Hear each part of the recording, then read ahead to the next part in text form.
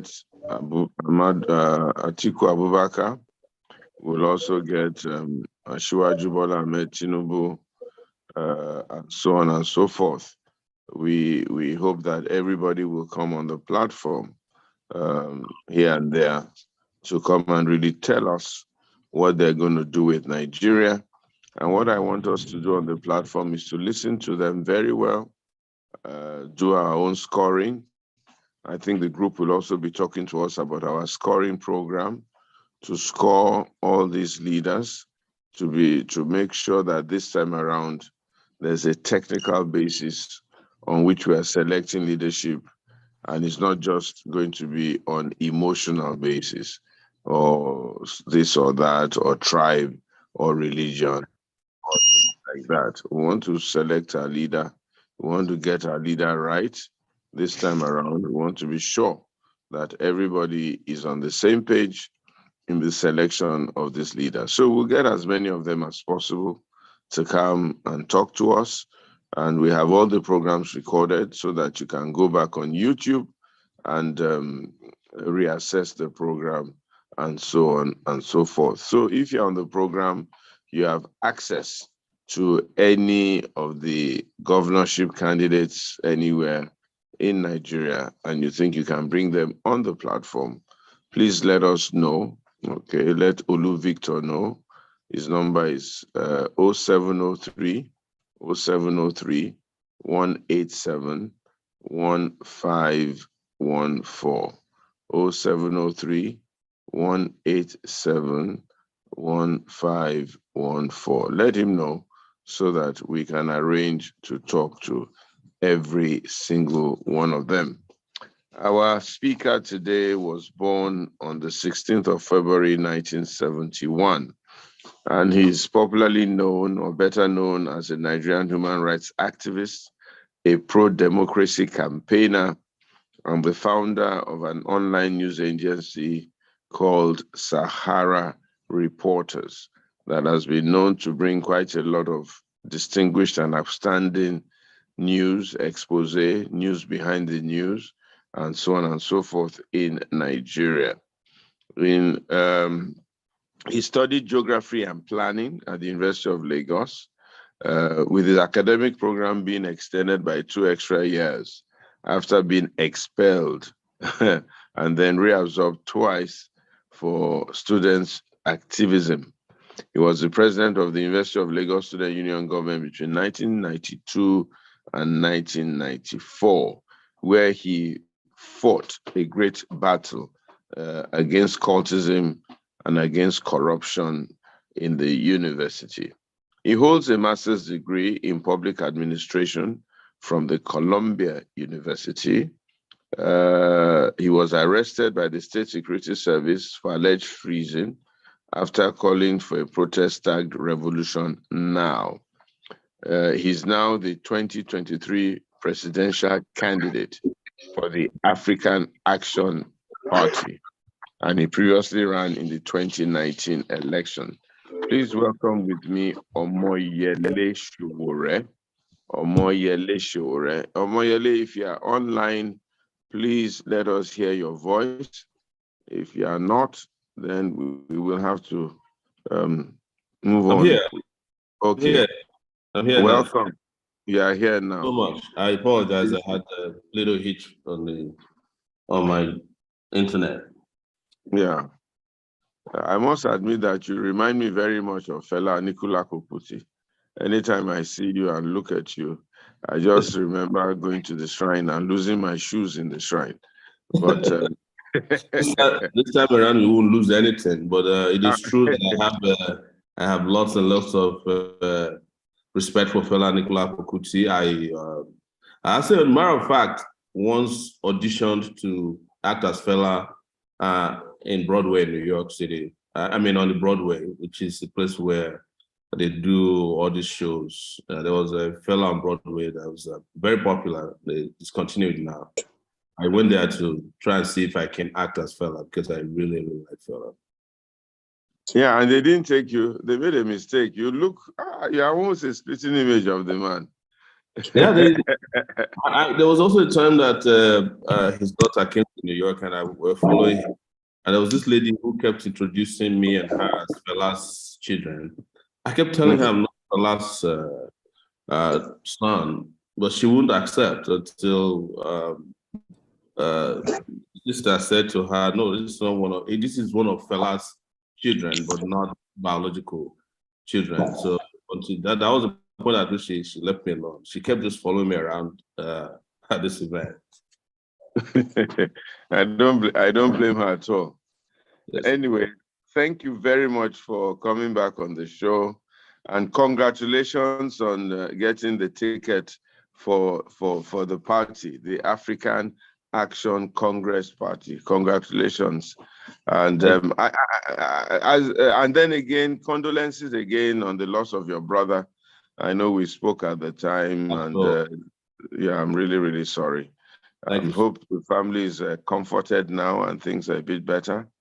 Yeah, people move on when they're hit with this level of tragedy. But it's also that we're not the only victims in a country like this. These things happen to families around this country on a daily basis. People get kidnapped, people get murdered, and they don't even get to be written about or spoken about in the newspapers. So maybe we are lucky that people heard of our own tragedy and shared part of it with us, and that might have made it easier for us to walk through that very hard period.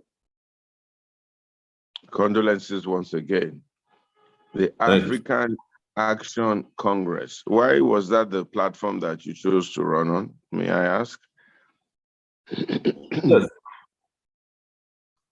In 2018, when I returned back to Nigeria after almost 20 years of sojourn in the United States, on SecPexA, I started planning to run for president. And at that time, there were 79 political parties. I went around. Of course, there are parties that will never go to. You and I can guess those parties. But I went to about 5 other parties, political parties, and they kept rejecting me. And there was no reason. They didn't prefer any reason other than that. Well, some said absolutely that they thought I was too radical. Some asked me for huge amount of money to deposit before we can have conversations. So the time was running out. We had already started doing, we had already started doing town hall meetings across Nigeria and abroad. So somebody suggested that there were still some openings in INEC for party registration.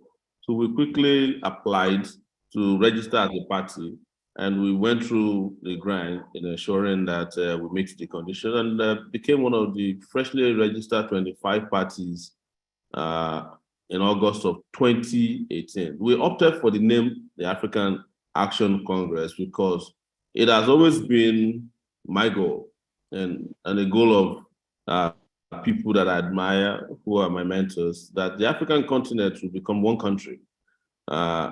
One day, like you have the United States of America. And so that's the reason we opted to use the word Africa Action Congress, is that Nigeria is big, no doubt. It has huge population, no doubt. But the solution of this Black poverty and misery lies in a well-governed Nigeria and an Africa that is brought together to share the economic fortune, as opposed to shipping it to Europe and America all the time. So it was a party we formed from at the beginning in 2018. But things happened very quickly after the election. They hijacked the party, but it's natural in Nigeria. And when we fought back, I was arrested and thrown into jail. Story that you know very well about. We went to court, and on June 2nd of 2022, a Court of Appeal in Abuja restored our control over the party to us. And it was 6 days to the closure of the election primaries. And we went to primaries and got over 200 candidates on the ballots. They were announced very soon, including myself. So that's in a nutshell the history of the African Action Congress and the reason why I decided to run on that platform. But it was also because ideologically we have differences with the other political parties. Only 18 of them are in existence today. All the 79 political parties that existed in 2019, a lot of them have been registered. Only 18 are left. Out of the 20-something that were registered in August of 2018, I think only about 2 or 3 are also left now, including our own. Well, congratulations. That's a real feat to be able to get this party back. I won't bother to ask you the details of the hijack on this platform. Maybe we'll discuss it one-on-one later on. But let me ask you, what do you think your chances are in the winning of these elections? Somebody said some people have over $1 billion in treasury ready to fight the election. Some other group have about 500 million. One or two groups are trying to raise $100 million here and there. What do you think? What are your chances of winning this election? You know, elections are not won by the size of the treasury of candidates alone. I won't tell you that that is not enough. But elections are won largely by the social-political conditions of people who want to see a difference in their lives. And that's why ideology comes in. I also want to say categorically that even though we cannot or should have not raised this amount of money as you've mentioned, we, in terms of recognition today, having started with virtually nothing, having have our party restored to us just in June, we are among the first 4, or I would say to be very modest. We are first 4 or 5 political parties who are participating in this current election cycle that is most recognized, and we don't have 100 million. And I should also say that of all the presidential candidates, the 4 people ahead of me, in terms of name recognition, I am the only presidential candidate that was not a 2-term governor of a state, and who have failed at it, by the way.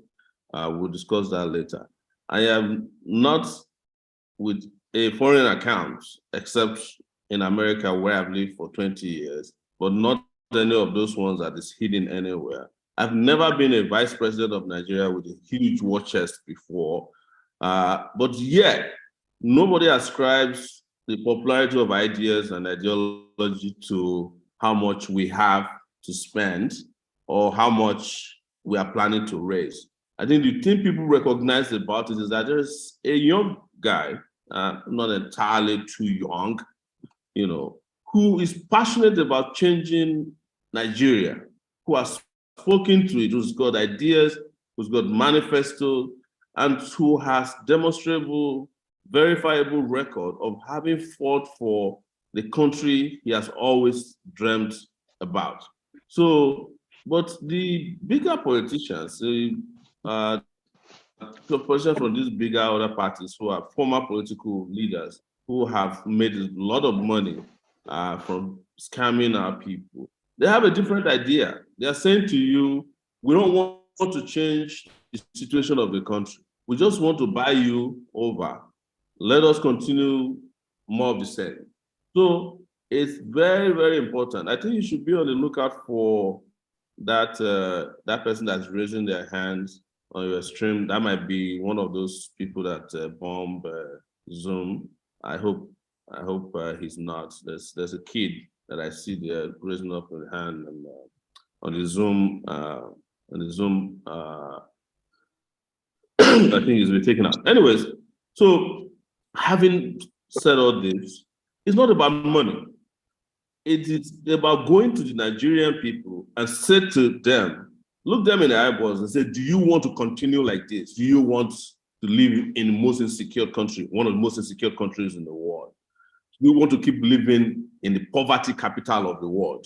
Do you want your universities to be closed half of the year or even a whole year each time there's a disagreement between the government and university teachers? Do you want your hospitals to continue the way they are? It used to be that our hospitals were referred to as mortuaries, glorified mortuaries. But now there's majorly no hospital in Nigeria that has even freezers to keep dead bodies cool or frozen. So those are the basic questions we are trying to ask, not the question about how much money do these candidates have. People should still keep asking, what are the ideas that is going to change Nigeria in this time, in this century, to a country that is going to be able to compete with countries that got independent at the same time, countries that became industrialized at the same time, countries that started selling oil the same time we started exporting oil out of this part of the world. Those are the questions people should be asking, not discussing who will be the highest buyer or bidder for the Nigerian election in 2023.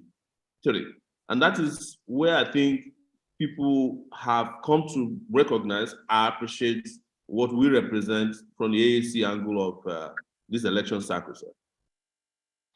All right, jolly good. What's your vision? We're speaking about the Nigeria that we see. The Nigeria that we see is the title of the discourse today. What's your vision for Nigeria? How do you see Nigeria? Right now, oil prices are not in our favor. Even if they were, they say that over 60% of our oil is being stolen, gas is being flared. Our currency has depreciated from 160 to 1 in 2015 to 690 or 680 to 1, or almost 700 to 1 now. There's very little or no productivity in Nigeria. There's gross unemployment, 15 million children out of school, schools closed down for the last 6 months, and so on and so forth. We are really, really in dire straits. They say that we're owing money in trillions of naira, almost 12 trillion. We're in the hole, and we don't know how to dig ourselves out of this hole, and so on and so forth. Mr. President, what is your vision for Nigeria, and how are you going to get us there?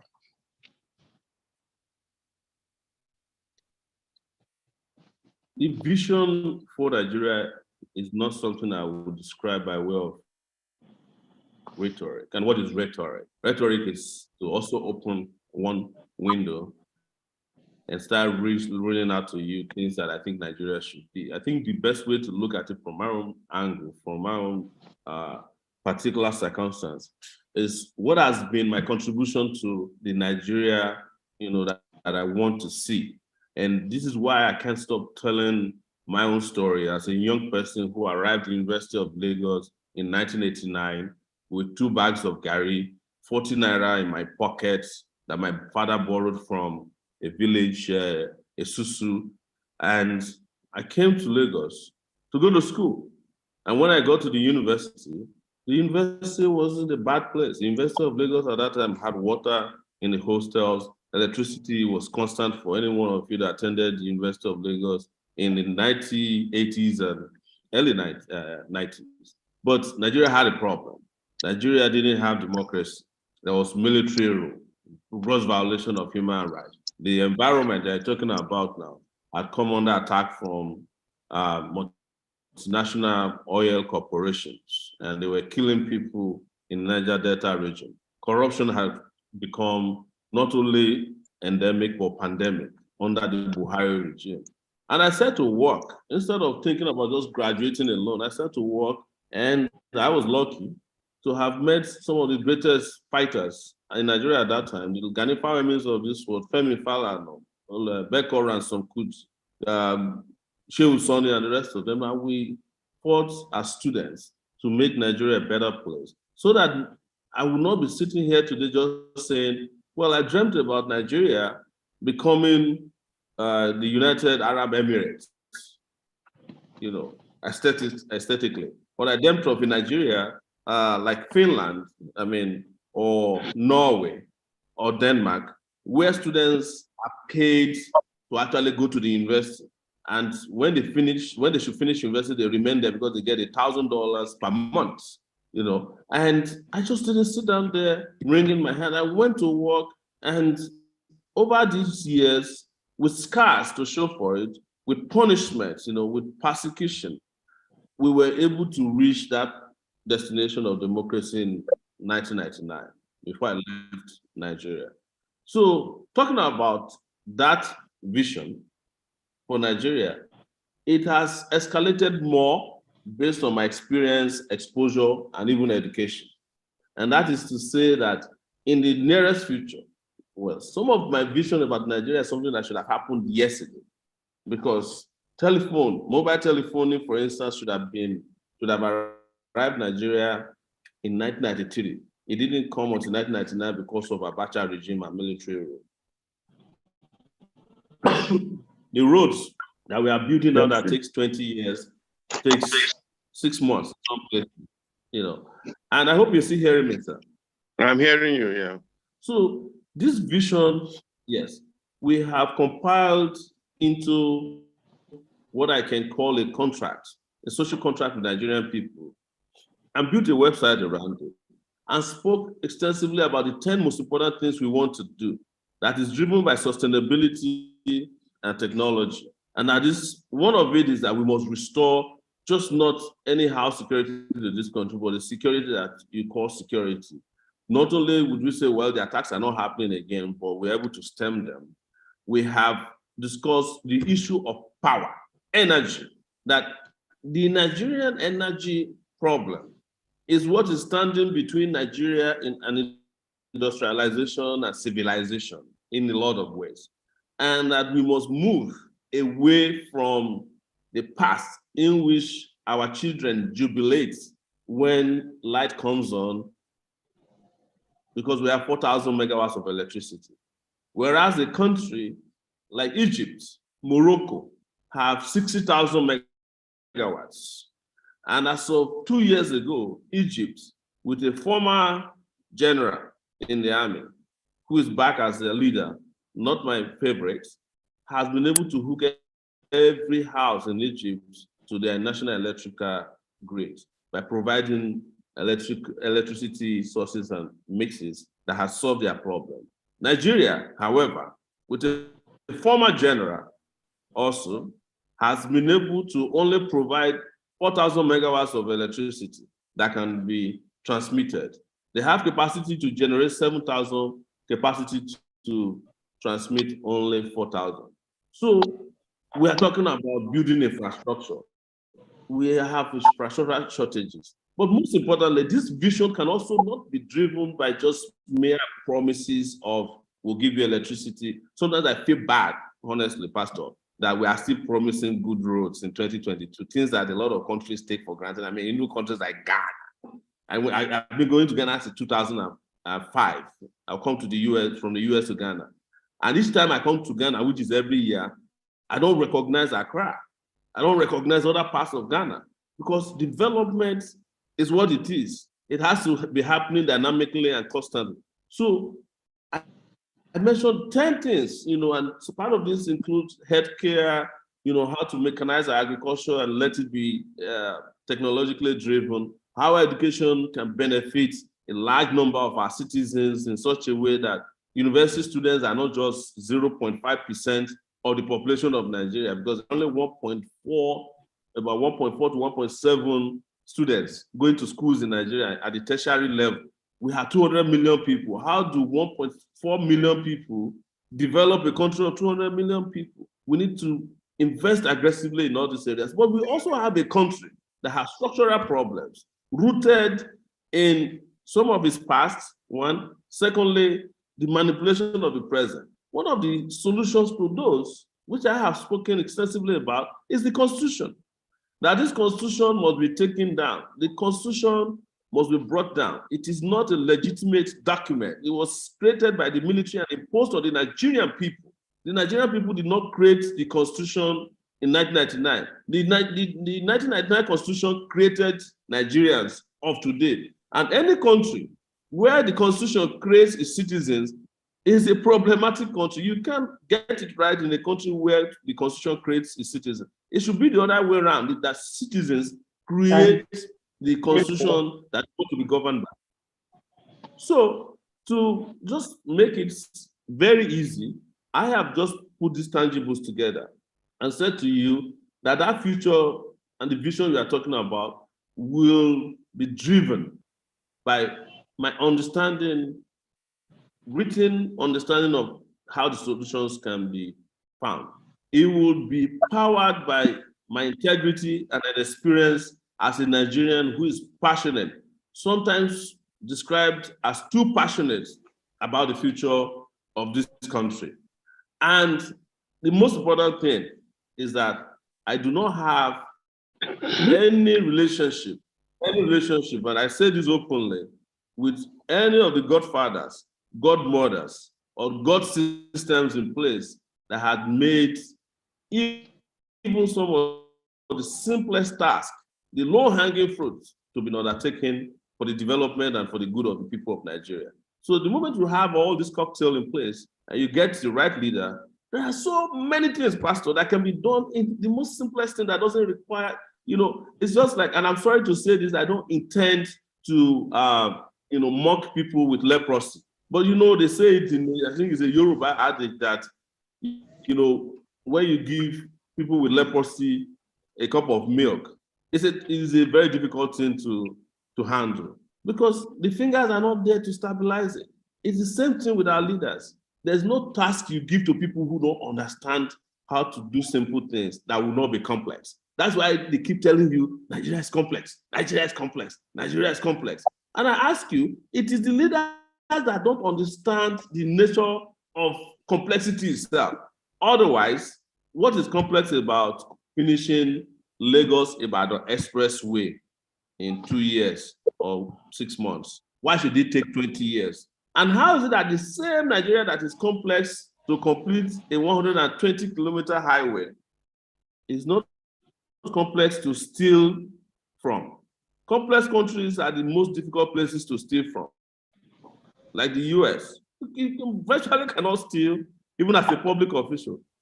The systems are too complex for the kind of people who steal our national resources here cannot carry out pickpocketing in the US.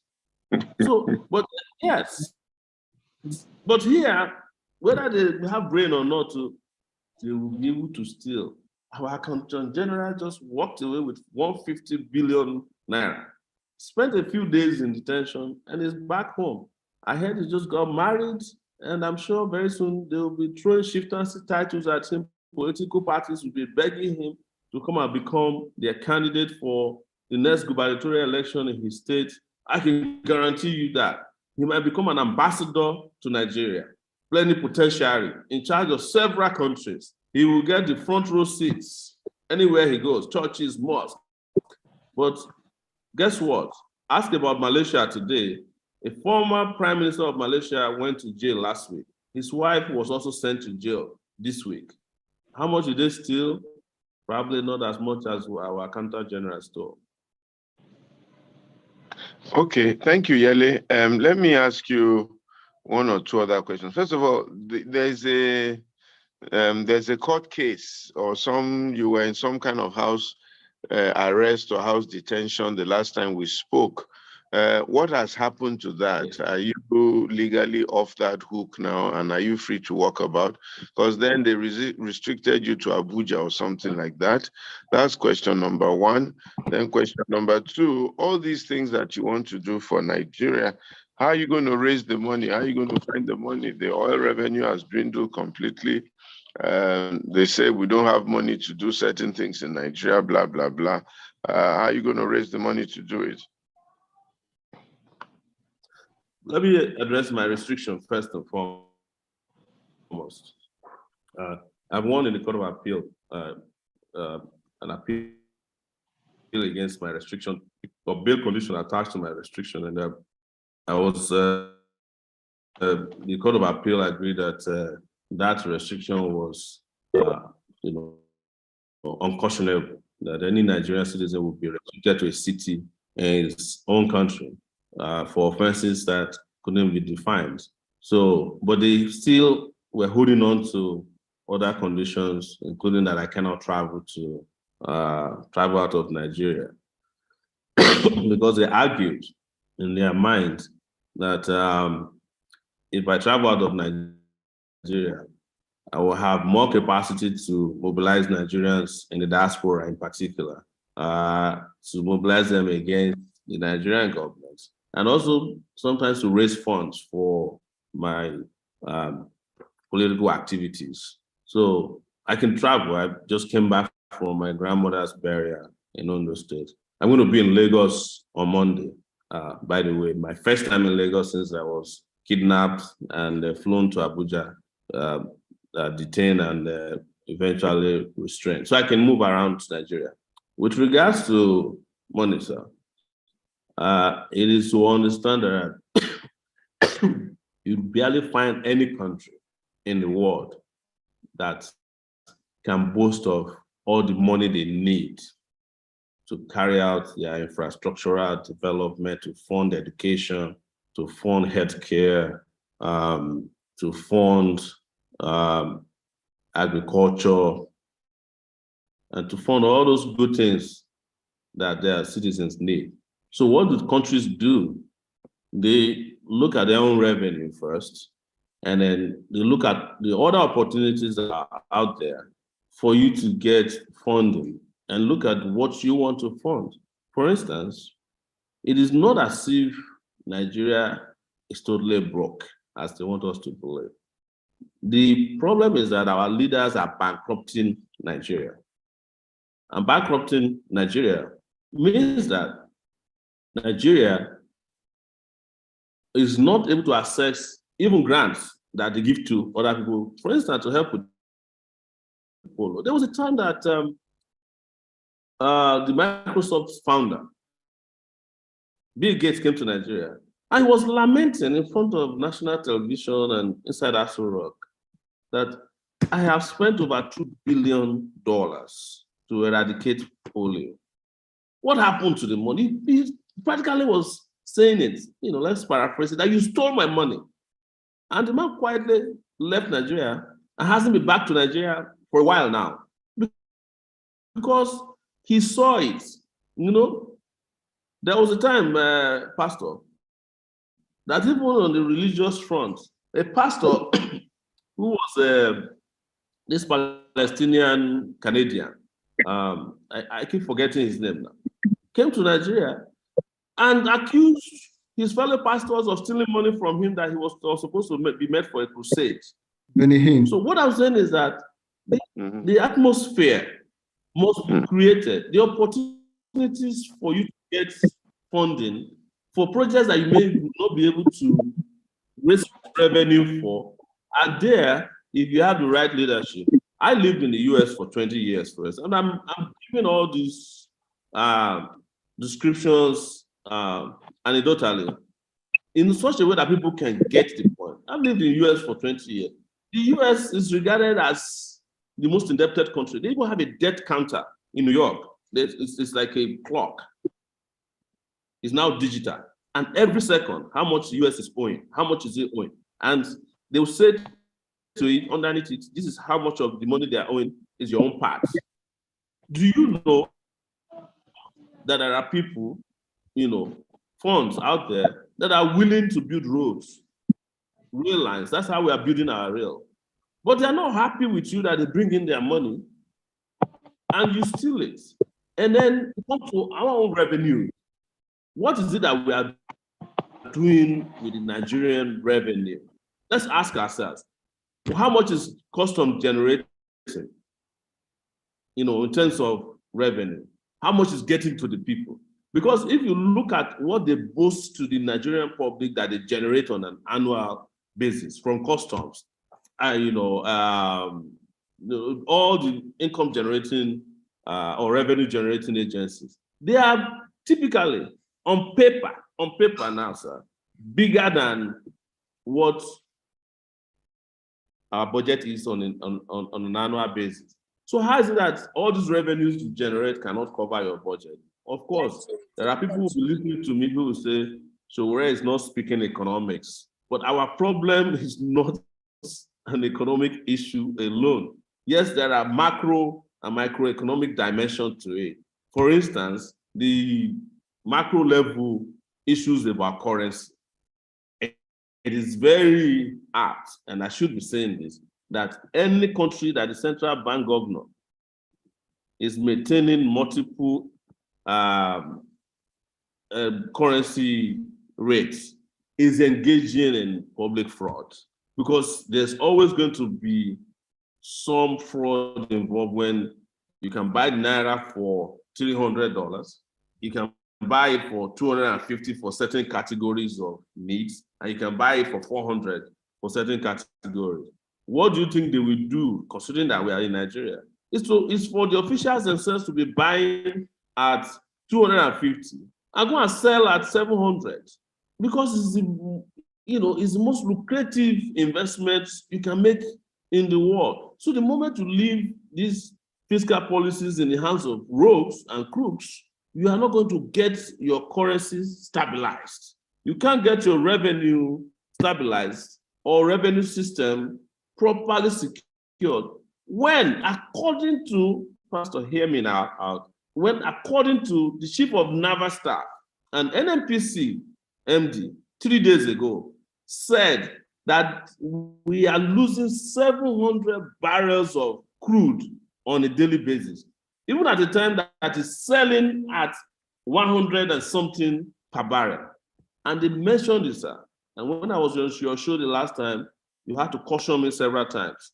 They mentioned it. This is not Sowore saying it this time, that it is senior officials in the Nigerian government that are stealing the crude, not the militants who are, busting pipelines. Those ones are small-time thieves.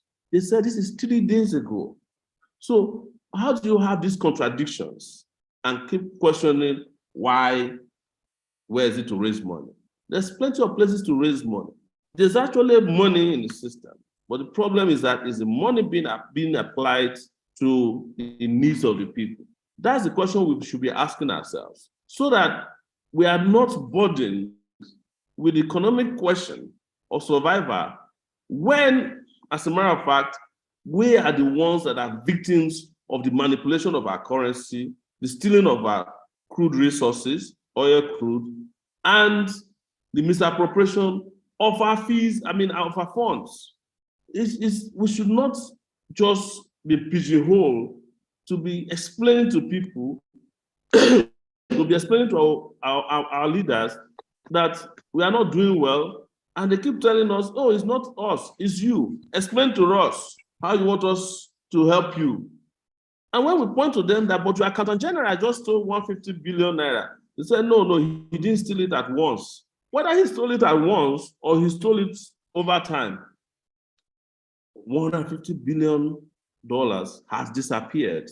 And what ASU is asking for today, sir, is 200 billion naira deposit so that they can go back to work.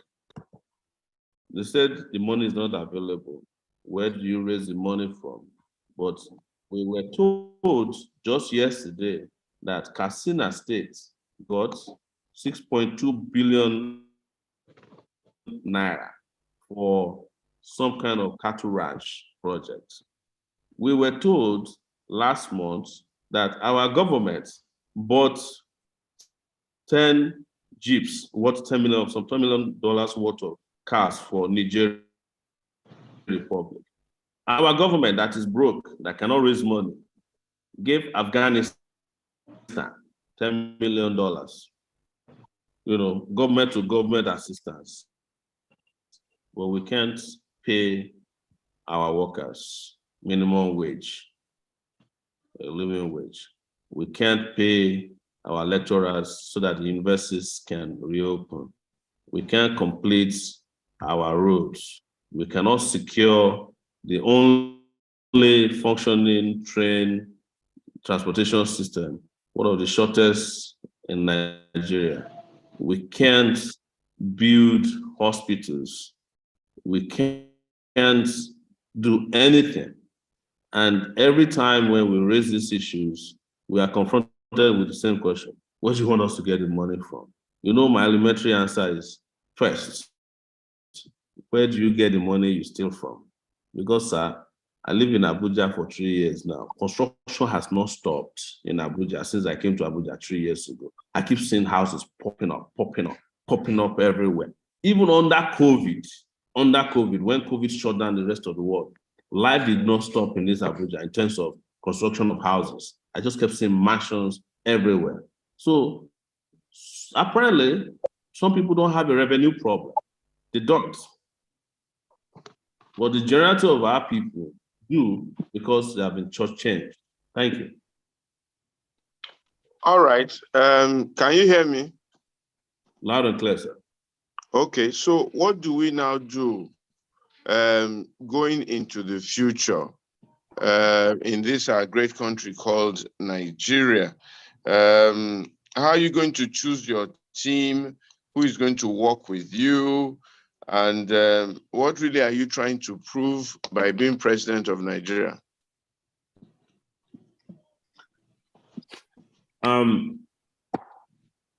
Let me say it in a lighter format, sir. When I was living at the University of Lagos, I had been expelled twice. And on one occasion, when they couldn't justify our expulsion, they said I was one of the students who was layabout. Layabout is the students who don't go to classes. But I wasn't. I attended every class. I did my tests, passed, every exam that was with questions sent to me. So when I left Nigeria, I applied to go to an Ivy League school, Columbia University in New York. And Columbia is one of the best 10 universities in the US. That's why they call them Ivy League. So, and one day, this Nigerian official came to, maybe he's in former Nigerian, he saw me at Columbia. I said, "Do you go to school here?" I said, "Yes." So, "Is that possible, Sowore? You know the same Sowore that used to cause trouble in Lagos?" I said, "Yes." He said, "How did they admit you?" I said, "It's because, I can come here." He started laughing. I pulled him aside. I said, "I just want to prove to you that a layabout of Nigeria can do well in the US in an Ivy League school." And I graduated. After spending 2 years, I studied, I had a master's in public administration from Columbia University. The layabout who was in Nigeria, one of the things in Nigeria just happened to me, electricity. The layabout in Nigeria could finish his studies well at a Ivy League school in the US. It's the same thing. Even if it's just to prove, sir, that you, me, and those who are not categorized, or those who are not, with the kind of expectation that they create in Nigeria, can lead Nigeria and lead it better. It's time to turn to those kind of people.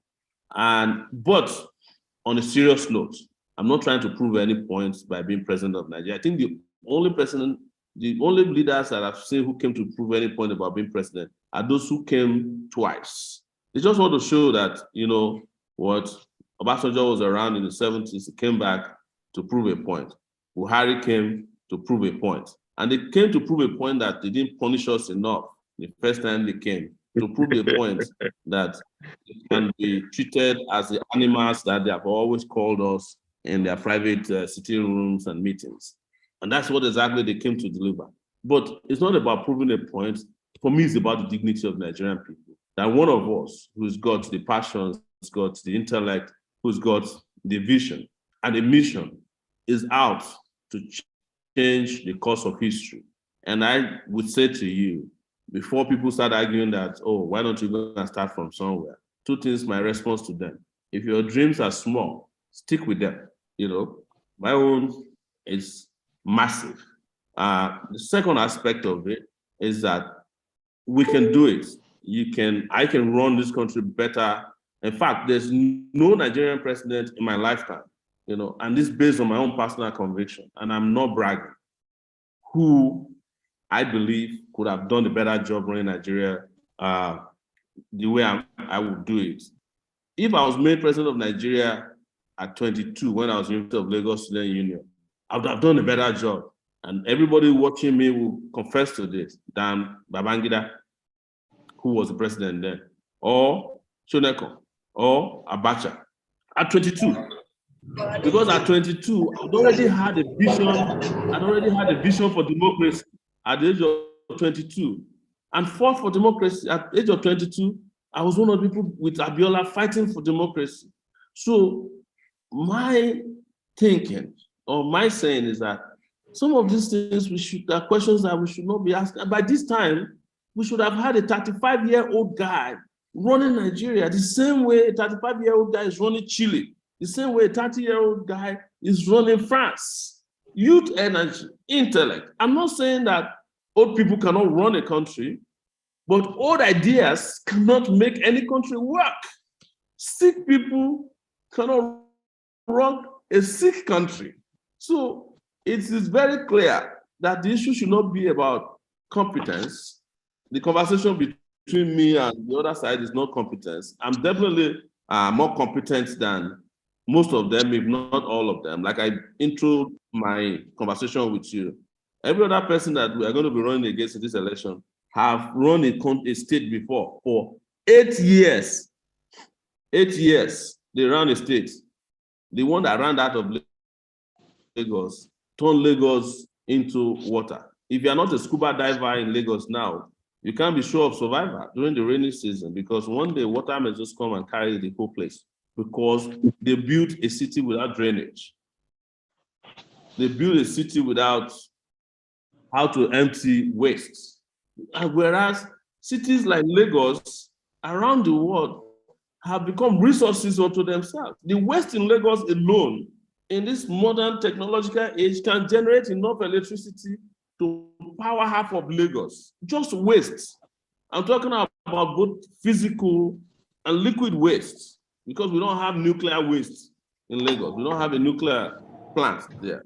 The one that ran as vice president for 8 years had nothing to show for it except his private university, which they created and licensed themselves when universities were on strike in the 2000s. All right, the one that ran Kano has to show for it the highest number of out-of-school kids, they call them Amajiri, drive through Kano today. They are there. These are testimonies to their own service. The one that ran Anambra has no legacy project to show for it. If you ask, they'll ask you, go and verify. And this time you verify, they get upset with you. So these are their records. And in decent countries, citizens go for leaders who have records to show for their past. And where records might be an issue, they look for leaders with intellect, proven integrity, and acumen to do what they need passionately. That is why some of the leaders that are described as best leaders in the world were wartime leaders. It was the way they commanded the troops. It was the way they managed the human resources who were fighting to make their countries great. Those are the people we study in history.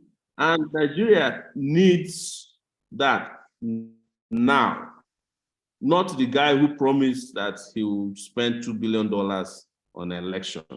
Because if he spends $2 billion, then he will demand for your blood when he becomes president. We know that now.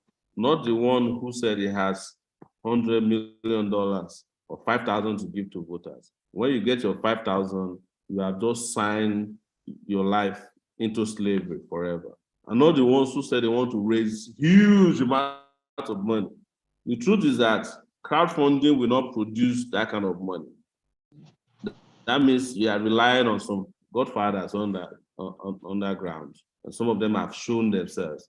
And when godfathers impose leaders on you, they are not going to allow you to pay attention to your citizens. You have to pay attention to him first. And Nigerian godfathers are the greediest, I think, in the world. You cannot satisfy their greed.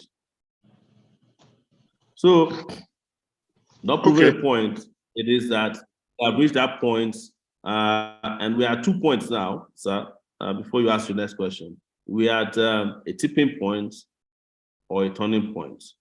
Any mistake we make, we may not be able to rectify this time around. Okay, I'm soon going to be asking people to ask questions. So if you have any questions to ask our presidential candidate, please raise up your hands. Let's see. And I'm going to be asking Jumoke to ask one or two of her own questions and then conduct the question and answer session at this point in time. Let me ask you my own final question.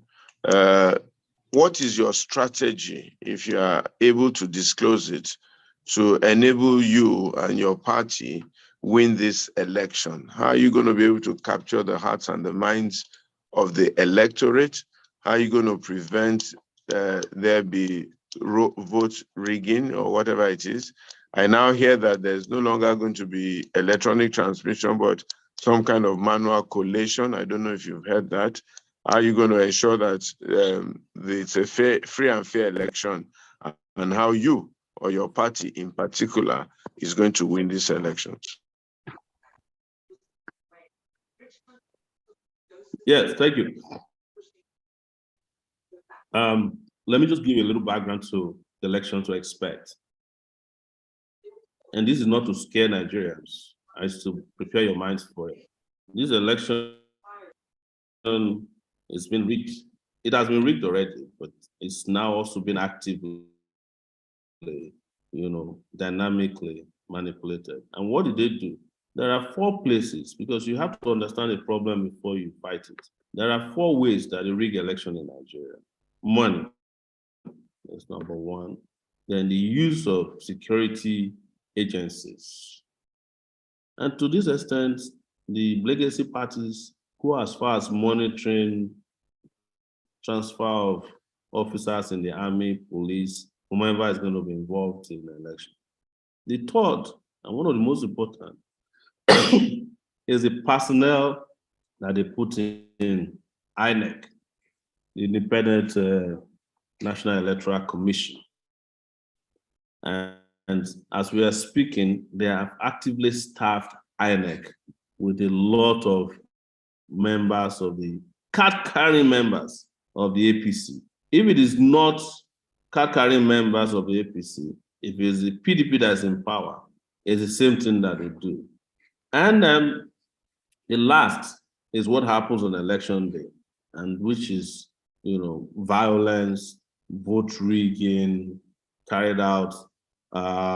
They also sometimes with coalition with INEC, make sure that the election materials don't get to where they need to be. And there are a lot of parts of Nigeria where even police cannot prevent rigging. Those are the issues. So what do we do? Well, I have always said the reason I did not stop fighting after 2019 election was to show to Nigerians that, who always asked me before I started engaging in election, why don't you go and present yourself for elections? We want them to know that when it comes to presenting ourselves for the elections, we performed very well. We engaged in debates and nobody faulted our manifesto. But beyond preparing for elections, you must also prepare for your future. Election to the Nigerian political class is war, but the citizens of Nigeria take it as if election is an event. They don't take it like that. So it must be clear, and we must be organized in this regard, that if they tamper with the elections, we will receive that they do not expect. It's not a threat. It's a fundamental right to enjoy free and fair elections. With regards to how I will reach the minds of our people, I would say that first, it's the easiest thing for me to do, to speak about these issues truthfully. You can almost tell the truth from my presentations. I don't know how to hide my feelings. Secondly, it's also for our people to continue to remain open-minded to the point that they allow new ideas to come in. And I know that a lot of people are watching me today, a lot more people will watch even when the show is over, to understand that there are people who can change your objective conditions from what it is now worse to better, and that they are available. And I'm not saying it in form of platitudes. I'm saying it passionately. It's my conviction that this country can get better. It's the reason why I left America after 2019 election, came back home and started fighting for a revolution. Because honestly, Pastor, ultimately, Nigeria's issue will have to be resolved with a revolution. I don't see how elections by themselves, but the revolution can also come through the ballot. Don't get me wrong. It can come through the ballot, but it will be their own choice to choose between a revolution of the ballot or the revolution of people's anger, because our people are fed up. That's the truth. They are fed up with the excuses. They are fed up with these failed leaders. They are also fed up even with the electoral process. That is why a lot of people weren't too enthusiastic to go and collect their PVC when they say go and collect your PVC. You know, you can't have a country of 200 million people in which only 82 million people are. And out of that 82, when it comes to election, their party is so serious, you can't even say that it's representative democracy. So we will continue to speak to our people, campaign, and reach out to every nook and cranny of Nigeria. And we also hope that people provide the opportunities for new ideas to come on. And to this, I will speak to our religious leaders. Pastor, you are a very influential ones. They should not close their pulpits to only certain candidates that they have biases for. Let the truth be spoken on the pulpit. You know, the pulpit is not meant for the ego of the pastor or an imam. It is to speak to those souls who are seeking salvation. That's why most people come to church. And salvation is not limited to going to heaven, because I'm sure that the creator of earth did not create it so that you can just come and be a passenger in it, only to go to heaven. No, it must be certain levels of comfort he expects you to enjoy. That's why he threw all these resources here. But I know today is not a conversation. We're not preaching here today. But I'm just making this open as the Spirit directs me to let everybody understand that these ideas must be allowed to percolate to every level. And on my part, you trust, I will come and I'll say my own and let people know that these are just not promises. These are rain checks that you can hold on to and you will catch it as soon as Sowore becomes the president of Nigeria. And you look back and say, wow, we didn't know that this was possible. But it is. It's very possible. A new Nigeria, a different Nigeria is possible. All right. So how are you going to win this election? What strategy are you going to use to win this election?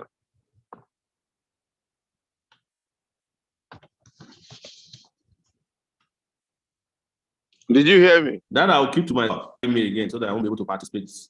I heard you. I said I will keep that to myself. All right. That's fair enough. Don't forget that they have not given up on me. Yeah. Some people want to ask some questions. So, Jumoke, I'm going to ask you to take it on from there. And we have Mr. Habib Hababa, Mr. Stanley Atafo, and Wale Hussein, who's been driving up and down all day. They want to ask questions. Please go ahead and ask your questions. Hello, good afternoon. Good evening. From there, thank you. Yes. Good evening, sir. Good evening. Yeah, good evening. Our incoming president, Omoyele Sowore. I'm your big fan. Thank you, sir. Yeah, I just want to ask you, I know you and Ighodalo Farutimi are very close. I want you to ask, how do you feel when he supports Obi sentimentally, because he admitted it, like he's just one just for Indigo. So what's your reaction? How do you feel? Like I know you guys are very close. That's my question, sir. No, I don't feel it, but Dele is a brilliant guy. And we'd had conversation regarding this before he announced his support for Obi. I concede to him that he has the right to support any candidate. That's democracy, beauty of democracy. In 2018, I went to Professor Wole Soyinka to say, Prof, I want you to endorse me. He said to me, let me think about it. And when he came out, he endorsed Kingsley Moghalu, you understand? And I said a joke to him, because me and him are close. And I said, Prof, you have endorsed somebody now. He said, yes, that's why I want to endorse Sowore. I said, since I know you, have you endorsed anybody that won an election before? He still laughs about it today. You know, endorsement is great. And for the reasons that Dele gave, that is more about, for him, is about social justice in Nigeria. I disagree with him. I don't think that Nigeria needs to go the route of, ethnicity, or those primordial sentiments to have a president. We've done it before. Yorubas had Obasanjo. Ijos had Jonathan. The Northerners have Harry. Is the safest part of the world today. So for me, where I disagree with him is that, there are certain intellectual levels that are off primordial sentiment, but you can't fault anybody's decision to choose or support the candidates that they want. That is something that I've been fighting for my entire life: democracy, the right of choice. And that's why you see me, I disagree with certain candidates whose supporters say to people, oh, if you don't support us, you must die. No, it shouldn't be like that. Me and Dele, we're tied. And let me tell you a secret today. If I win, Dele is going to be on our cabinet. And when I win, that's how much I love him and respect him, regardless of who he supports. All right. The next person, please. Please ask your question. Yomi Lori. Yomi Lori, okay. So thank you very much. It's a great privilege to speak with Omoyele live.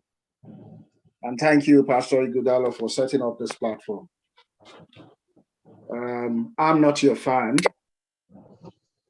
I was a student leader too. I was in Union too before I left the shores of Nigeria. So I'm an activist. I understand all the struggle.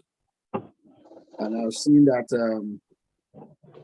how things will run. My question is this: who can you work with? That's why I'm not your fan. I've not seen you trying to work with some people. I believe that Nigeria is too big for.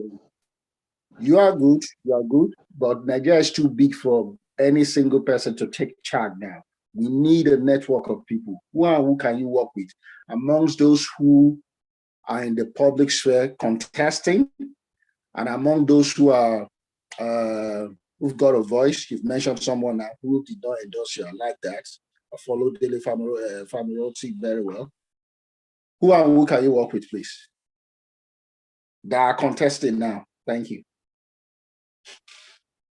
I've looked at the horizon, and I don't see myself. I will mention it. I like mentioning it. I can't see myself working with Tinubu in this life, never, because I know his history, but we won't discuss it. And I know that they have nothing else. He has nothing to offer Nigerians. So can't work with him. Can't work with Atiku. He was vice president of Nigeria for 7-8 years. Did nothing. Even things that he could do constitutionally, couldn't do it. Can't work with Kwakwanso, former governor, failed state. I would tell you that most people don't know that I have a relationship with Peter Obi. When Peter Obi was governor of Anambra, Obasanjo sent the Uba brothers to remove him twice. This Olusegun Obasanjo, who is carrying him around now. Myself and one great writer, Ken Gebe, respect him a lot. We fought using our pens to save Peter Obi twice from the Oba brothers and all those elements to retain his position. We had no help. Not even the judiciary was willing to. They will say, "Oh, he won in court." So most of the time, people win in court because the media is ahead of even the judicial system. But when he finished his 8 years in government, we assessed his performance. So nothing to show for it, no legacy projects. And this is the reason I ask people when it comes to me, you can take the anger away, but you are free to be angry with me. Tell me 3 things I asked. Which school did Obi build in 8 years in Anambra that he can send his children to? None. Which hospital did he build in Anambra that if he has headache, he can go and check himself into? No. Which road did he build? When you ask this question, people get angry. Say, go and verify. You understand? So what is left? If that's the case, what's the area of convergence? The last thing is that where you cannot find me, and I'm saying this, you cannot find me in the company of a Babangida in this world, either directly or by proxy, till I die. Anything, if Babangida is going south, I must go north. You can't find me in the company of former President Olusegun Obasanjo. Anybody they support, I automatically take it that that person is coming to implement the agenda of further destruction of Nigeria. So that one is a personal issue for me because I was one of the young people who suffered. And you say you're an activist? We suffered. I went to jail. I was beaten. I have stitches in my head. Probably Fela Anikulapo Kuti is the only other Nigerian that was beaten as many times as I was beaten. They were still beating me in Abuja, following me with dagger. As of a few months ago, how can I wake up and be part of those who are doing that? And they come and preach to me and said, "Oh, this is Babangida's candidate for 2023, Sowore," and I'll be clapping. It's not possible. This is Obasanjo's candidate for 2023, and I'll be clapping. No. This is Atiku's candidate for 2023. I can't. Those are companies I cannot keep. And I saw somebody raising the question that, oh, you directly or indirectly supported Buhari in 2015. Of course, this is a lie they've kept up because they can't find any fault with the life I've lived for 32 years. So the manufacturer one, it's not the first time people will manufacture lies against me. When I was in the university, and I'm responding to this as student union leader, right? I had the opportunity to join courts because we were protecting yourself. And in school, you can get what you need. I refused at the University of Lagos. Anybody can go and check my records. I fought the courts. When the university wanted to respond, they claimed that I'm the one who is a court member, that the court members were innocent students on campus. When they expelled me, they expelled them. They expelled me with them. When I fought back, they restated them with me. University of Lagos, this one is 1994. Anybody you can go and check those records. So it's not the first time that the political class will, concoct a lie that I have never supported Buhari, never supported APC, but I've always taken a principled stand against corruption, just like I'm doing now with the Buhari regime. Do you know that it is possible with the way some Nigerians are wired, that people can be asking you to apologize to Buhari after next year? They'll tell you that this is the best. Every Nigerian president has been worse than the last. People come openly on social media platforms and say to you, "Oh, we could have supported you if only you can apologize to Jonathan." I'm like, wow, that's amazing. Jonathan that stole billions of dollars. Sure. His partner, wait now, let me finish. You have a lot of questions. Okay. Can I finish? His The partner is still in the UK. She traveled out of Nigeria to 2015. She can't come back. The wife, money retrieved from her. They gave it back to them for this election period. So, but who on earth is there who has stepped on toes as many that have done will not have people have a comeback against them? So the simplest one is not. It's like, oh, you supported Buhari. When you ask them this thing, they will say, oh, you were dancing somewhere. But you said campaign. How is dance compared to campaign? It's just all concussion. But anybody who is doing the kind of work that we do, and you don't expect persecution, lies, then you are not ready for prime time. Thank you. You can ask a question. Yeah, you have a lot of questions on the platform and in the chat room as well. So wondering if maybe you can take 3 at a time, just in interest of time, and then maybe we can group them, take the first 3 and then the next 3, then some from the chat. Some from the chat group. So we're going to ask Stanley, please keep your questions very short and concise so that Sowore can note them down and then answer the question. So we're going to ask Stanley to please ask his question, and then followed by Wale, and then Galaxy S7 Edge. We ask that you please rename yourself because there's been issues with hackers so that we can know who you are. If you don't mind, please kindly do that. Okay. Good evening, Mr. President. This is as it is written. My name is Stanley Atafa. I'm viewing this matter from Benin. Most of the things you just spoke about, indeed, yes, Benin City. One of the things you spoke about today, yes, indeed, I encountered a lot of persons today, and we spoke extensively in this matter. Luckily enough, I am very happy that I just discovered that you have appeal court actually gave you the space to leave Abuja. But that's exactly what I just spoke about 2 hours ago. Now, but the issue they had with me is they are not seeing you in the traditional media. Because it's as if a few of us are talking so much about not just the party, but also our candidates. However, the bottom line is they are not seeing you enough to talk with you. I mean, here you speak, you're talking with a close group about how many of us here, about 145 or so. It's still not enough, because those I met today, those I met at Uromi last week when we spoke, I spoke about my party and about my candidate. And they all said, where is he? How come they don't see you on traditional media? Like NTA, and I do hear we talk about ITV, private station, EBS, state station, radio stations. They don't hear you speak. They don't see you come out in public. They say you are, it's like we are acting like a small court group.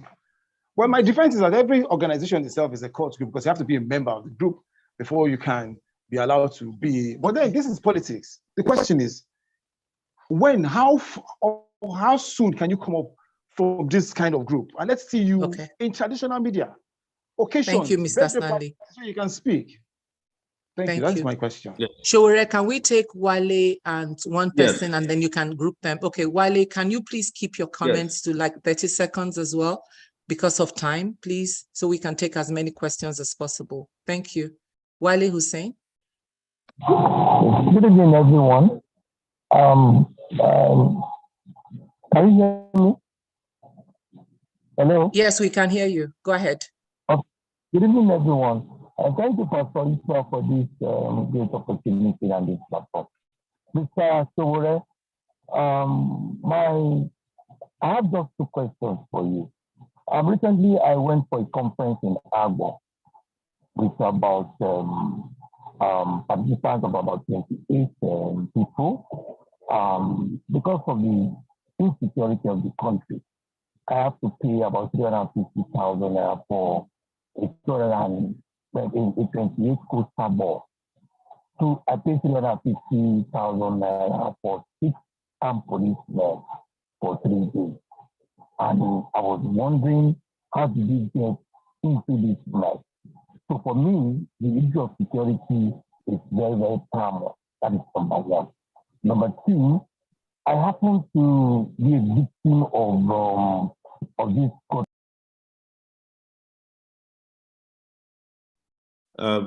We lost you, Mr. Wale. Please unmute yourself. Yeah. I lost that audio. Yeah. I don't know if you can hear him. Can you hear him?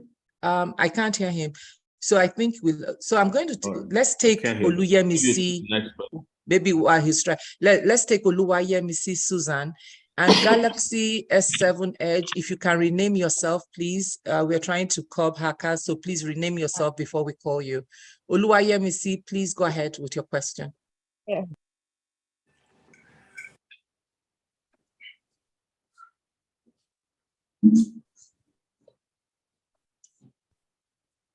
Did we lose Oluyemisi?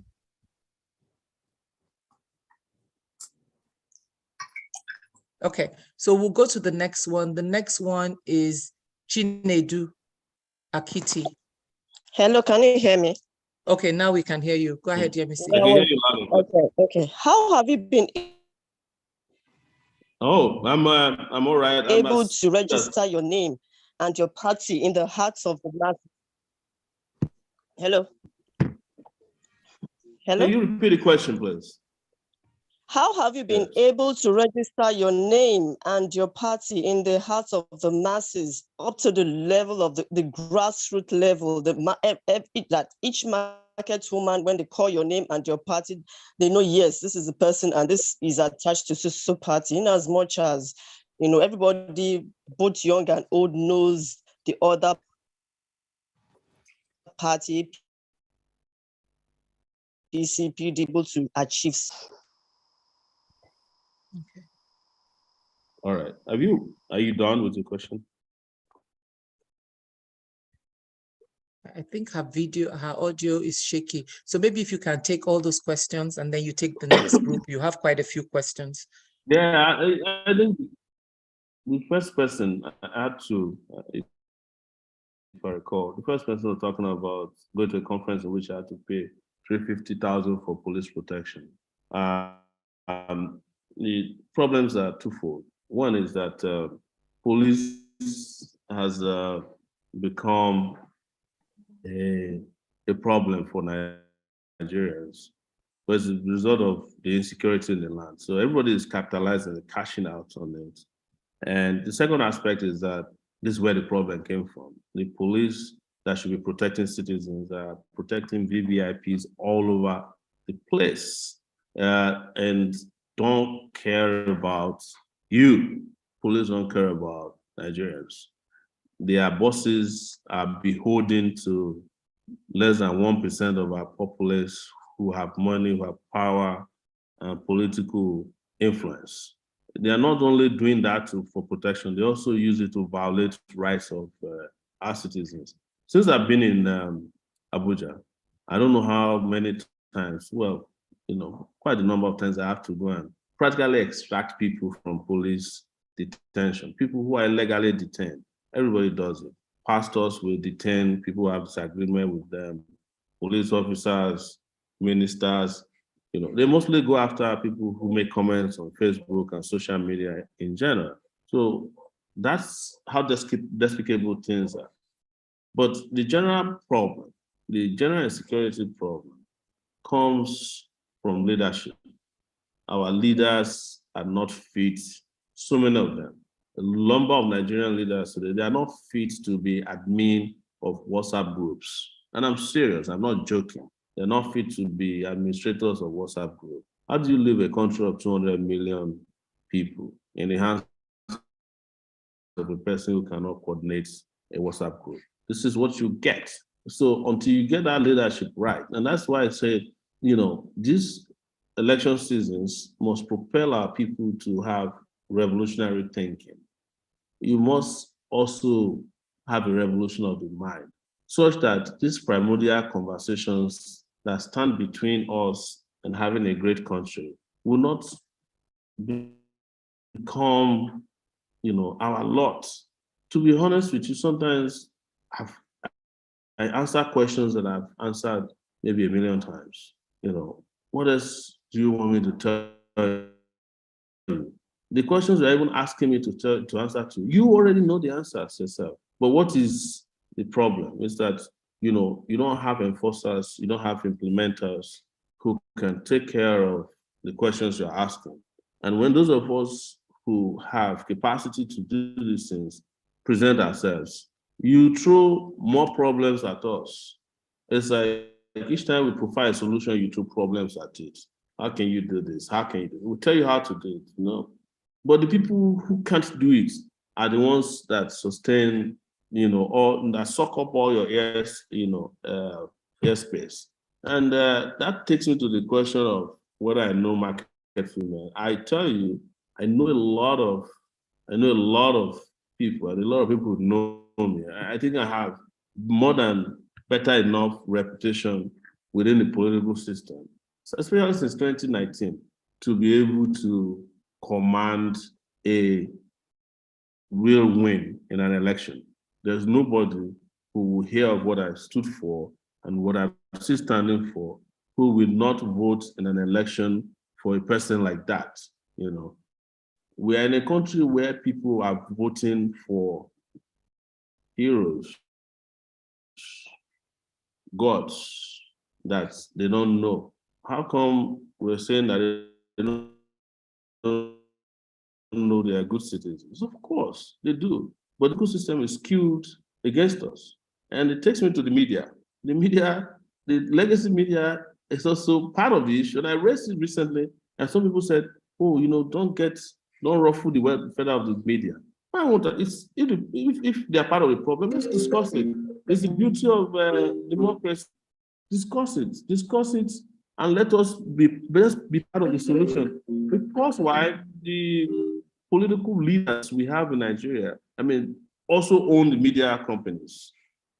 So, for instance, since I declared my intention to run, I've only had maybe 3 interviews on any national TV. Somebody was mentioning NTA. NTA would never interview me. Maybe they would do so once in the entire election cycle. Reason, they don't want ideas like our own to float to the surface. They are there to maintain the status quo. You heard about the Nigerian Bar Association recently in Lagos. They had a meeting. They invited even people who are not as, you know, who say popular as me, but they won't invite me because they know that I cannot be sitting on the same podium with Atiku and all these presidential candidates and let them go away without speaking some truth to them. So, but there's a general misnomer politically in our country that the media would also go for the highest bidder. It's about money. They don't hide it from me. I'm also in the media. I'm a publisher. Sowore, you know they give money. If you don't give us money, we don't cover you. Some of them tolerate it, you know. Some of them will not. And some of it is not their fault. So many of those reporters don't get paid by their publishers. So they have to fend for themselves. So it's a whole lot of issue, but I'm breaking it down to you that we know these things in advance, and it's important that we tell you, because like our brother mentioned from Benin City, he said, you people just say they don't see you, they don't see you. Trust me, they see me, they know what I stand for, but how can they see me as frequently as they want when the media organizations are saying to me that if I don't bring 10 million naira, they won't interview me, or that if I don't pay them in advance, they won't interview me. Or so many of them are saying that if we interview you, go and say something that will put us into trouble. How can you have a democracy and people tell you that you get in trouble by speaking the truth? I'm telling you my personal experience here. I'm not trying to make anybody feel bad, but it's the truth that we are confronted with as candidates here. But you know what? We have done a great job with the help of so many of you to amplify our voices through non-traditional media. So many of the strategies we deployed in 2018 is what people are now promoting. In 2018, they were mocking us that where are your structures? Now, 2022, they are saying that structures are no longer necessary. 2018, they were saying that I was an internet president. In 2022, they said the internet is the greatest place to campaign. So we are innovators. And I'm sorry to say, with a lot of appreciation for those of you who are with us. I just respect your innovative and fighting spirit, and I hope that we'll continue to keep it up. That will ultimately overwhelm the old system because the system must give up, whether they like it or not. Yeah. Thank you, Sowore. Now that we're kind of really up on time, if you don't mind taking 4 questions at a time, because you have quite a lot of questions in the chat as well. So Gibson, Dollar, Otaji, and I think there was one other person that fell off. And then Bolaji iPhone, please rename yourself. Please keep your questions to questions, 30 seconds, so that we can get as many people as possible. So Gibson, please go ahead and ask your question, and then followed by Dola, followed by Otaji, and then Bolaji. Thank you. Hello everyone. My name is Gibson, and I really appreciated that Mr. Sowore is there anyway. He knows me very well, both on Twitter, on everything that concern is.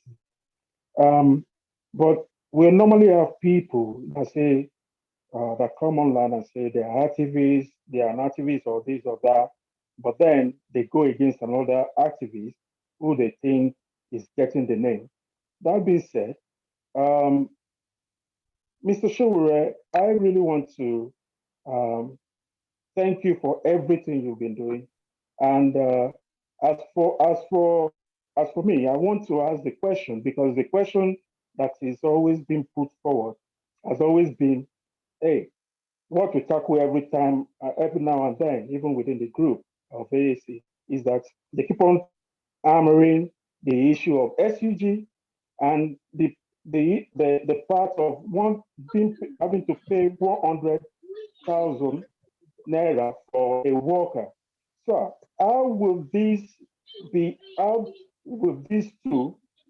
How are you going to cope? How are you going to be able to cope with the situation of how to let people know that the 100K cannot cause any form of inflation? This is my own question. Yeah. Thank you. So can we go with Chinedu Akiti and then Dola Ido Otaji? Please keep your questions to 30 seconds. Just 30 seconds, please. Questions only. Thank you. Thank you. I was complaining massively because you had called me before and then you seem to forget. Good evening, Mr. Sowore. I just wanted to say thank you for your passion and your consistency thus far. My question is, let's say you win the elections. Can you just talk through your first 100 days with us? That's one. And then secondly, if you don't win, what's going to happen? Because I seem to hear you say 2 things. You speak from both sides of the mouth. You don't believe that an election will work, and yet you're expecting a revolution from the ballot. I really don't understand it. So that's why I've asked you. Say what happens if you don't win, what happens? Thank you. Thank you. So can we have Dola and then Otaji and Bolaji, please? Dola first. Thank you. I would need to, I'm just unmuting because what I wanted to say really was that you have exclusive access to share. So I've been desperately trying to share the link. I was only lucky to get a share from Twitter, which I clicked on. So it was more an observation. I don't have a question. It was more an observation. Thank you. Thank you. Can we have Otaji and then Bolan? All right, thank you very much. So, incoming presidents, the truth is we all know all the problems and how bad it is in Nigeria. I, for one, am heavy on solution and way forward and the how to, quote and unquote, achieve whatever you want to accomplish as president. So my question is power. How? With emphasis on how will you solve the power situation of Nigeria? It is pathetic enough that as a nation, we don't have 24 hours electricity in this 21st century. Tell us how you will solve power problem in Nigeria if you become the president? Thank you.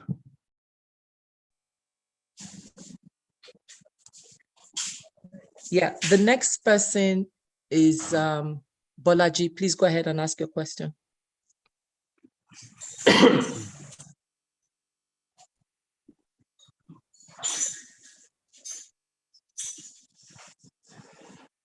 Bolaji, are you there? I'm sure he's there. Okay, we'll move on to the next person, which is Fade.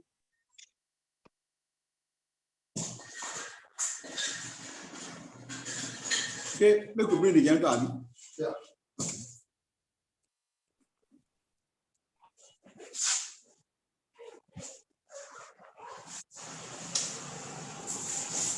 Okay.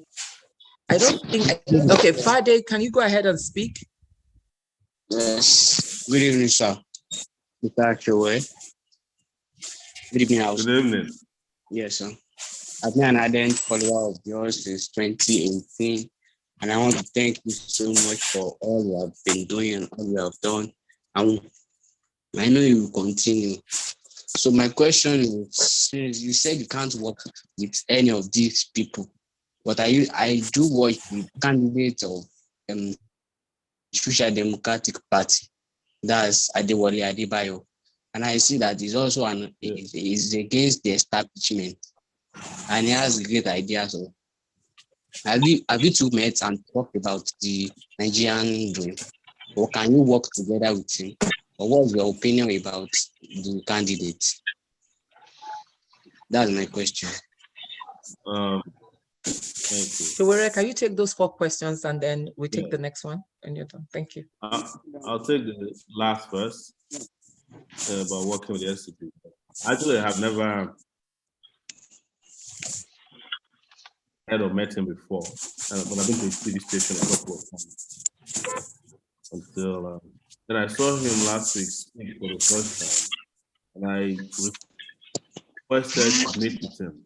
I did on my own reach out to him, and simply because of this basic race, he seemed to have his heart in the right places. But so I sought and got an appointment, and I'll meet with him. But that's not to say that I'm making any promises that we'll work together. But I really am curious, and I've asked to meet with him. I will probably meet this weekend. That's what. Chinedu was asking about what I'll do the first 100 days. One of the things that I hate about Nigerian leadership is how they throw around all these buzzwords about 100 days. They even take newspaper adverts and they won't do anything. Any leader of a country starts working the day, a good leader of any country starts working the day they win election.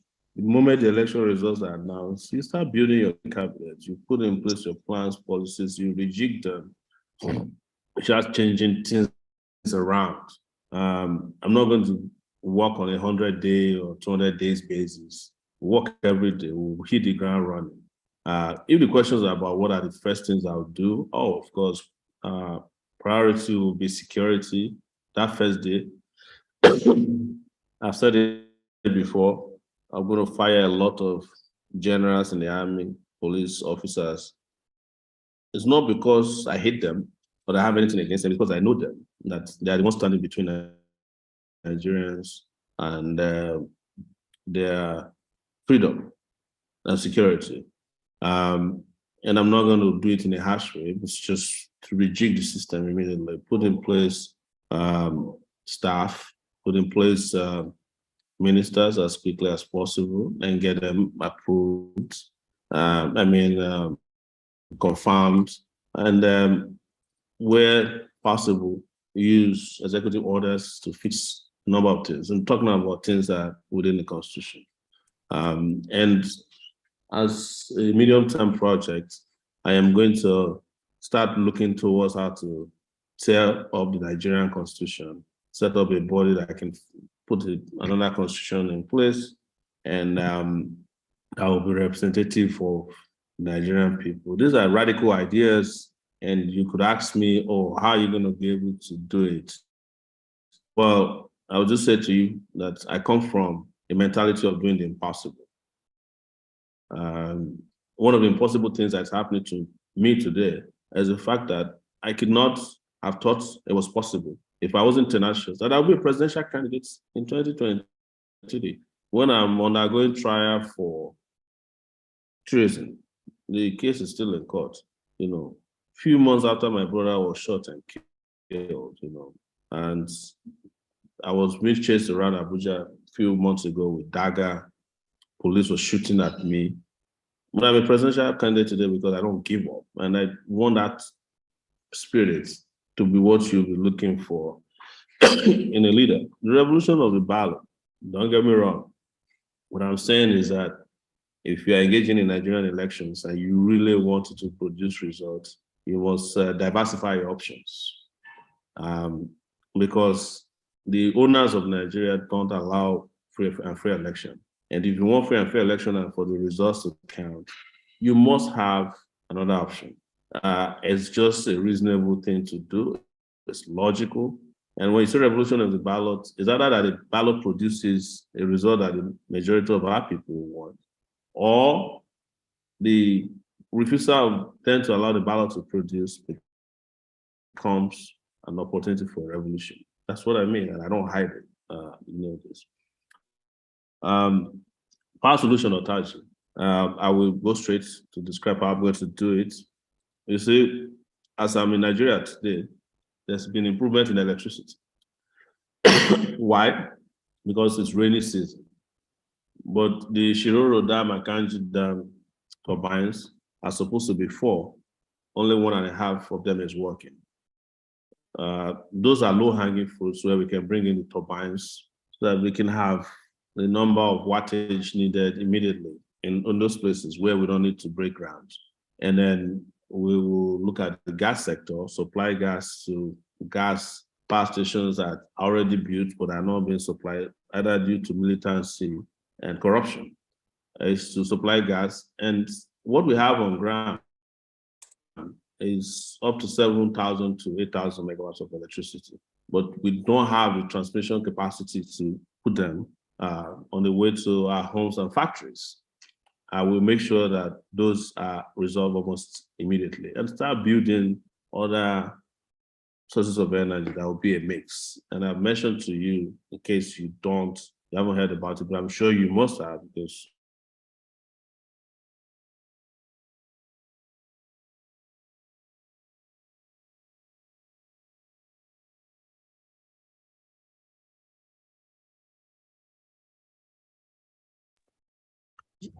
it seems like Sowore is frozen.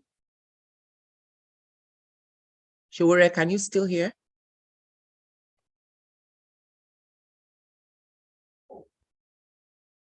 He's frozen. Let me look for him. It seems like he's frozen.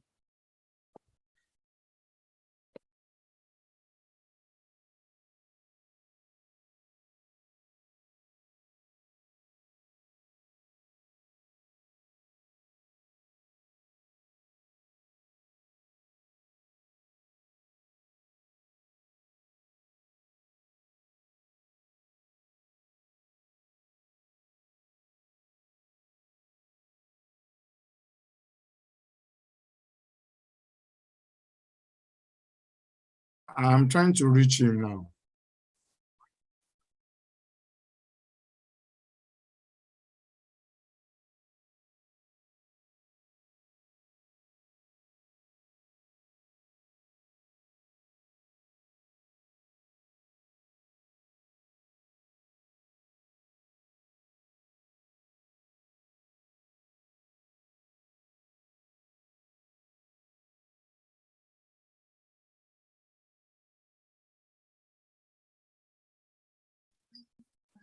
He's going to exit and rejoin again.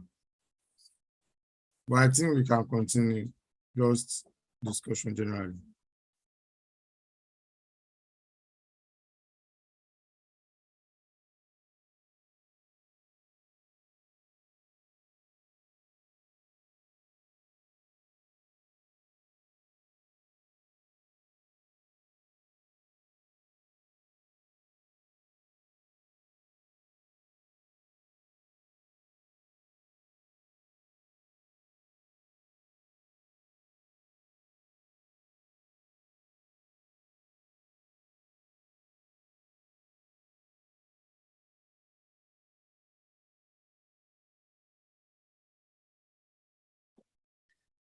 Okay. Sorry, I think we lost Sowore. He's going to come back in. So while we are doing that, maybe, well, Tunde, you can't really ask your questions until he comes back in. So let's just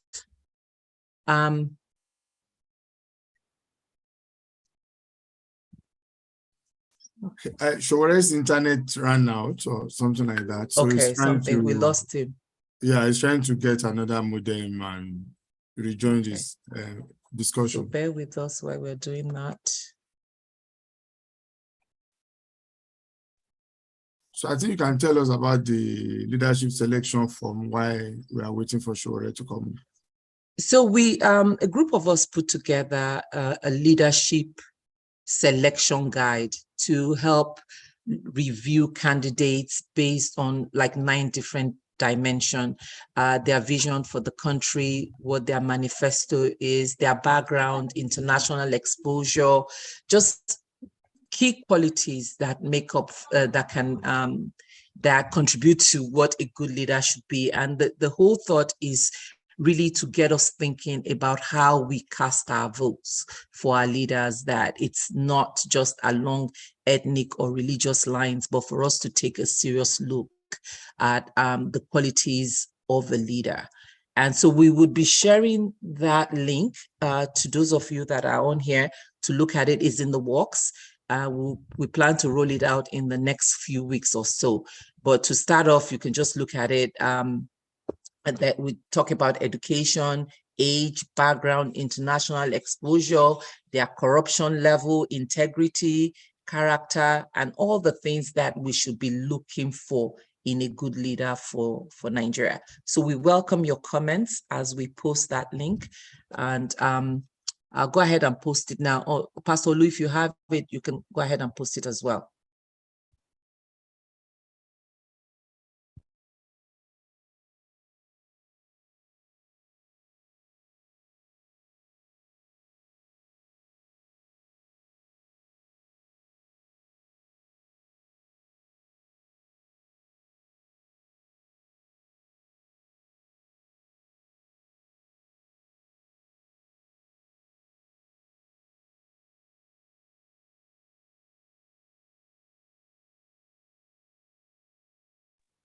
Pastor Olu, do you have that link?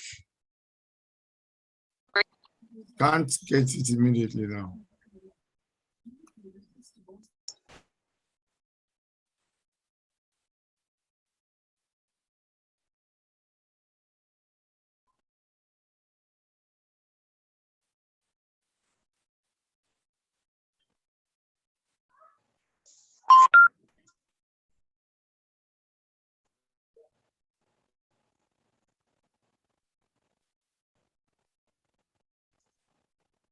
When she was asking me, I started.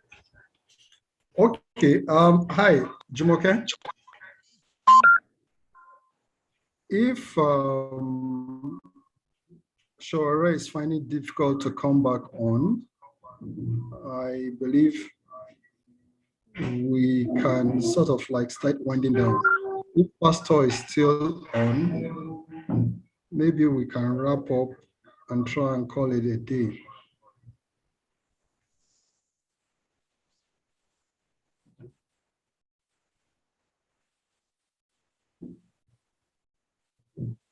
Hello?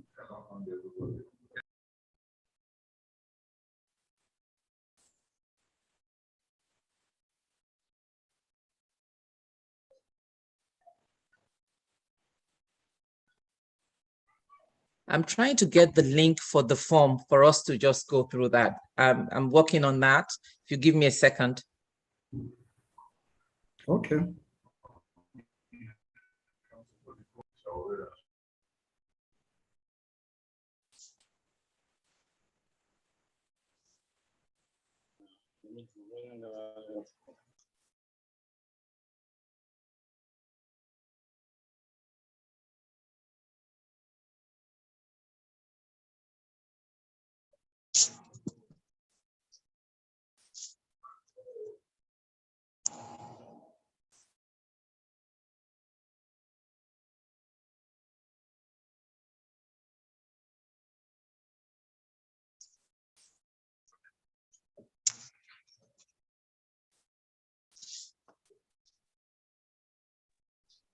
My apologies, but I can't find the link. So maybe we'll try it another time.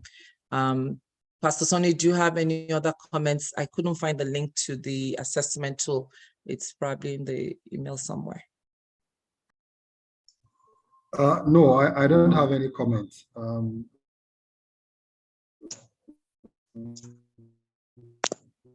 Yeah. Okay.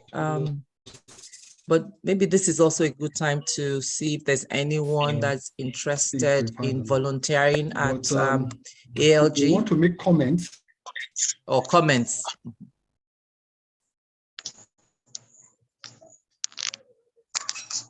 I think we still have about 2 people raising their hands. Maybe we can just hear their comments, or if it's question, we can send it to Sowore later. Okay, so Tunde Akpelogun and Bolaji, I think Bolaji Adedayo had his hand up for a while, and then Miss Sheila Proud. Chinedu, I believe you had asked your question earlier on. But I still see your hand up. So maybe we can take Tunde, Bolaji, and Miss Sheila, and then we can have the questions sent to Sowore. And then we also have Sunday Elom. We have quite a lot of questions in the chat. We'll ask my question when Mr. Sowore is back. Thank you. Okay. Bolaji Adebayo, do you have a comment or a question for Sowore? Or you can post your question in the chat, Mr. Tunde, and then we can send them all to Sowore. Well, if you, yeah, good evening from here. Can you hear me, please? We can hear you. Yeah, okay. Well, thanks for this opportunity. What I would have loved to say to Sowore is this, then I ask my question as brief. Actually, I am not his fan, but I recognize his tenacity. My question is this. When talking of his party, AAC, it is easy to talk about Sowore even before becoming the presidential candidate. We are talking about election now. How many other Sowores can we talk about relating to AAC in just about 5 states in Nigeria, or let me say 6 states, each in each geopolitical zone? That's my question. Thank you.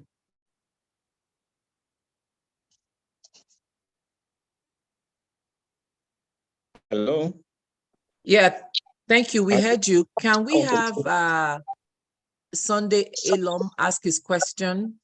Thank you.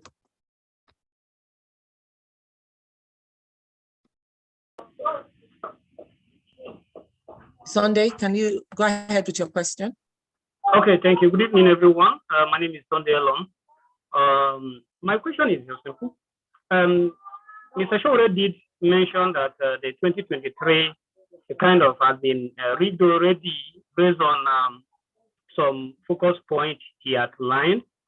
I would like him to make more clarification on that. Okay, thank you. This is recorded, so I'm sure he'll get a chance to review it later. Thank you.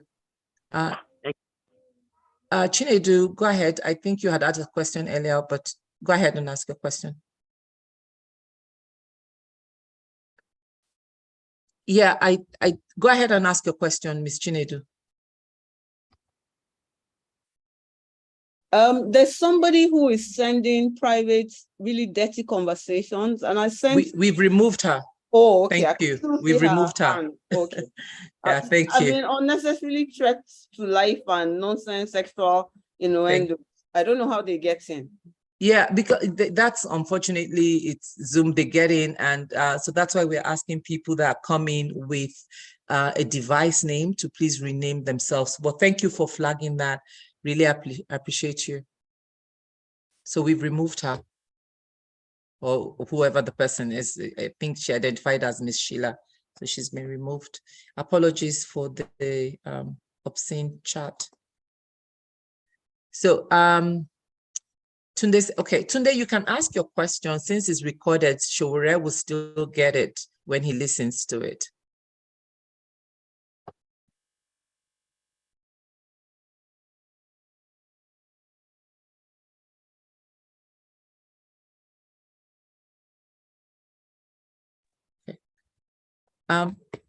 Pastor, back to you. Since I don't believe we have any more comments, all the questions are in the chats for Sowore, so we can send that to him.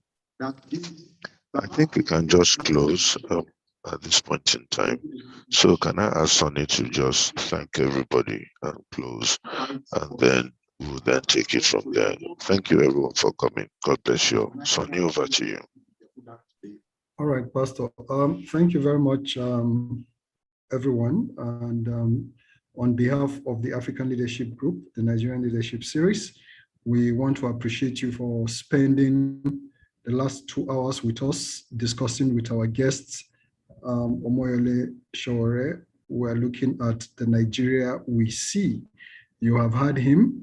We will still be presenting our scorecard. If you have not signed up yet to get notification from us, please do so. The link is posted in the chat box so that you can join us every Thursday, same time, 5 p.m., same link. We're trying our best to bring all the presidential candidates to speak on this forum so that we can hear what they have for Nigeria. Once again, on behalf of Pastor Ituah, the African Leadership Group, Nigerian Leadership Series, and all the team, we say thank you to everyone that has been a part of this. Enjoy the rest of your day and have a good evening. God bless. Bye-bye.